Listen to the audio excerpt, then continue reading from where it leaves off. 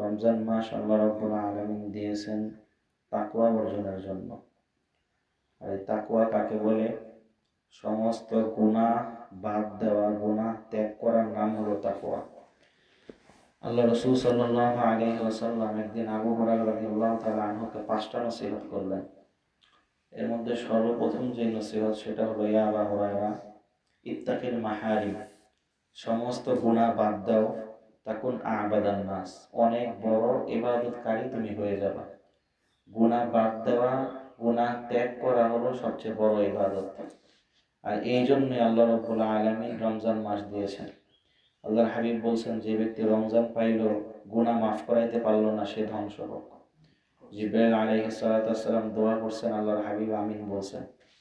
এজন্য রমজান মাসের যে কয়টা দিনই বাকি আছে আমরা পরিপূর্ণ ইরাদা করি, তওবা করি, সামনের জীবনে যেন আর একটা গুনাহ আমার দ্বারা না হয়।